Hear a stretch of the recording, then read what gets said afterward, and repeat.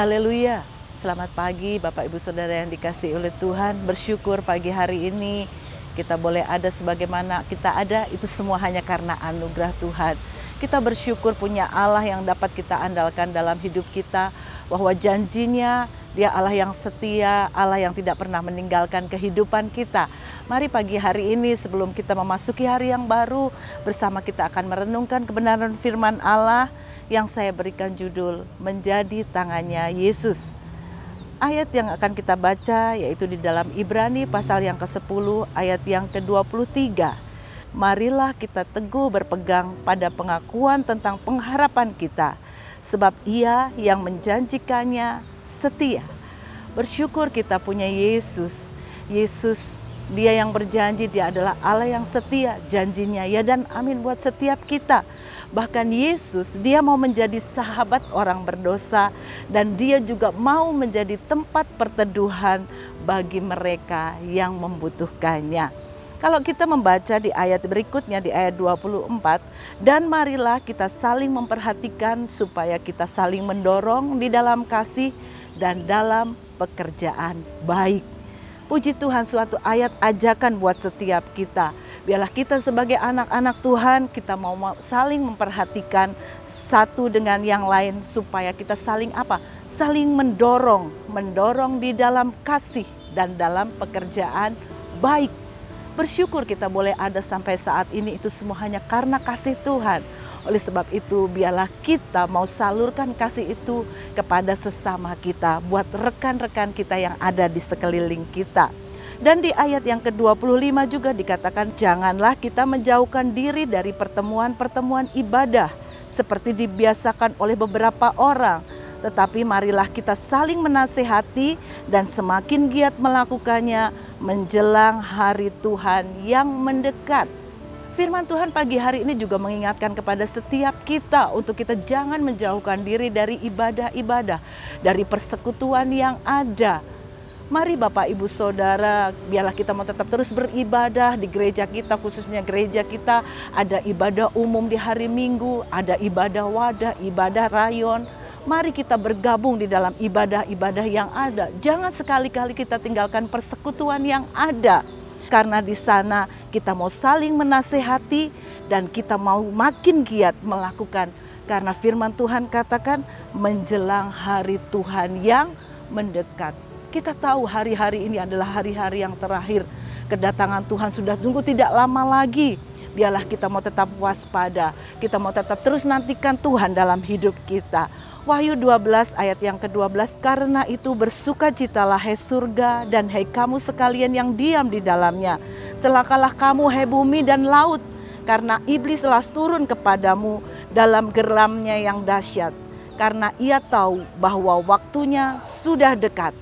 Iblis juga tahu bahwa waktu kedatangan Tuhan itu sudah tidak lama lagi. Sehingga dia seringkali izinkan masalah-masalah, kejadian-kejadian, peristiwa-peristiwa menegangkan itu terjadi dalam hidup kita. Karena apa? Itu bukti nyata iblis juga ingin mengacaukan iman kita. Iblis ingin mengejar targetnya. Karena dia juga tahu bahwa waktu ini adalah waktu yang singkat. Waktunya sudah tidak lama lagi. Oleh sebab itu, untuk kita dapat mengantisipasi kerja iblis, kita sebagai orang percaya, kita harus dewasa di dalam Tuhan. Sehingga kita dapat apa? Kita dapat saling memperhatikan. Mungkin hari-hari ini ada di sekitar kita, teman kita, rekan kita, saudara kita sedang membutuhkan perhatian. Mereka sedang mungkin mengalami masalah yang berat, mengalami sakit penyakit. Mari, biarlah dengan apa yang sudah kita terima, kasih Allah yang kita terima dalam hidup kita, kita mau saling memperhatikan, kita mau saling mendorong. Mungkin ada di antara kita yang sedang lemah, mari kita mau dorong iman mereka supaya mereka tetap punya iman yang kuat, iman yang teguh. Dan kita mau saling menasehati.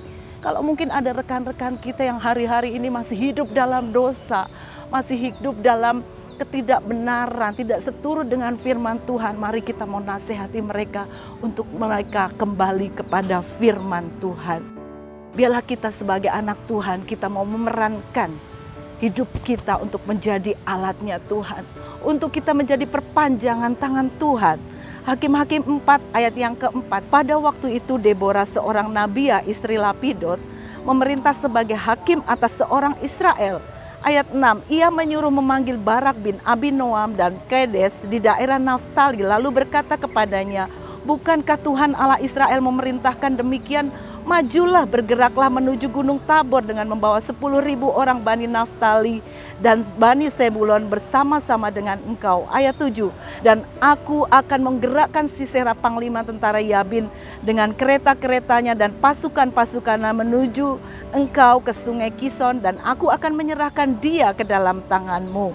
Ayat yang ke-8, jawab Barak kepada Deborah, jika engkau turut maju, aku pun maju. Tetapi jika engkau tidak turut maju, aku pun tidak maju. Kita melihat suatu kisah di mana Deborah seorang Nabiah, istri Lapidot, dan Barak ada seorang pahlawan. Namun sebagai seorang pahlawan, sikapnya ini tidak gerusa-gerusu, tetapi dia tidak membabi buta. Dengan tindakannya dia tahu bahwa hanya memiliki dukungan dari suku Naftali dan Sebulon saja, dia tidak akan kuat menghadapi musuh. Tetapi dia perlu memastikan tuntunan Tuhan. Ia membutuhkan orang yang dapat menyemangatinya, yaitu Deborah.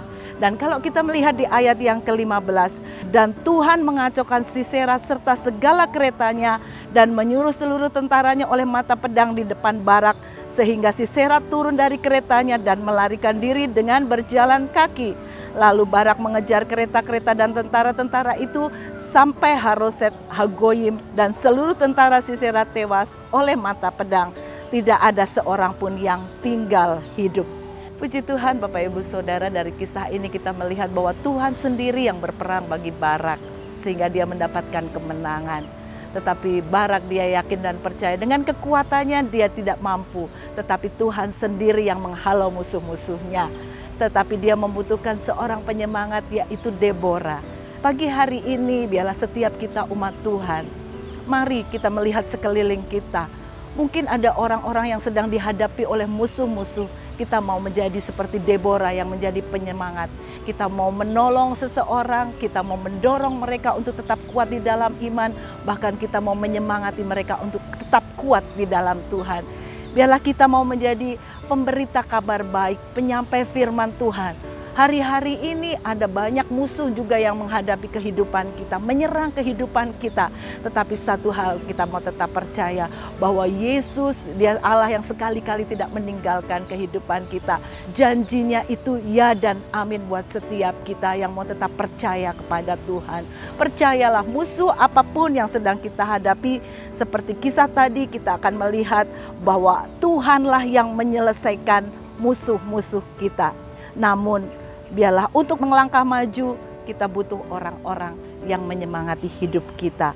Biarlah hari-hari ini kita mau jadi Deborah-Deborah yang hadir untuk memberitakan firman Tuhan. Bukan berita yang mencemaskan, tetapi berita yang memberikan kabar baik. Matius 18 ayat 19, dan lagi aku berkata kepadamu, jika 2 orang daripadamu di dunia ini sepakat meminta apapun juga, permintaan mereka itu akan dikabulkan oleh Bapakku yang di surga.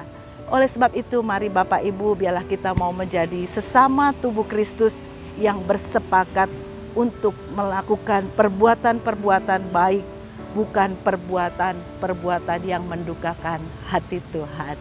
Jadilah tangannya Yesus, jadilah lengannya Yesus dimanapun Tuhan tempatkan kita. Puji Tuhan, mari kita berdoa. Terima kasih Bapa di surga, kami bersyukur pagi hari ini firman-Mu boleh mengingatkan kepada setiap kami. Kami bersyukur buat kasih-Mu, buat anugerah-Mu yang Tuhan limpahkan dalam hidup kami. Oleh sebab itu biarlah pakai hidup kami untuk kami dapat menjadi lengan-lengan-Mu. Untuk kami dapat menjadi perpanjangan tangan Tuhan dimanapun Tuhan tempatkan kami. Ini hidup kami Tuhan, pakai kami Tuhan. Biarlah hidup kami boleh menyampaikan kabar baik. Hidup kami boleh menyampaikan firman Tuhan. Sehingga boleh menguatkan, boleh mendorong sesama kami yang membutuhkan. Untuk mereka boleh juga percaya dan menerima Engkau sebagai Tuhan dan Juru Selamat. Terima kasih Tuhan, berkati bangsa kami, berkati kota kami, berkati gereja kami, mulai Bapak Ibu Gembala kami, staf Gembala, para diaken, seluruh pelayan Tuhan. Satukan kami, ikat kami terus di dalam kasih Allah. untuk kami bersama-sama boleh melayani Engkau. Setiap sidang jemaat-Mu dimanapun mereka berada, kami percaya yang lemah Tuhan sudah kuatkan, yang susah Tuhan hiburkan, yang sakit Tuhan sudah jamah berikan kekuatan. Ini kami Tuhan, hidup kami tersedia untuk Engkau pakai menjadi alat-Mu. Dalam nama Tuhan Yesus kami akan masuki hari yang baru. Haleluya. Amin.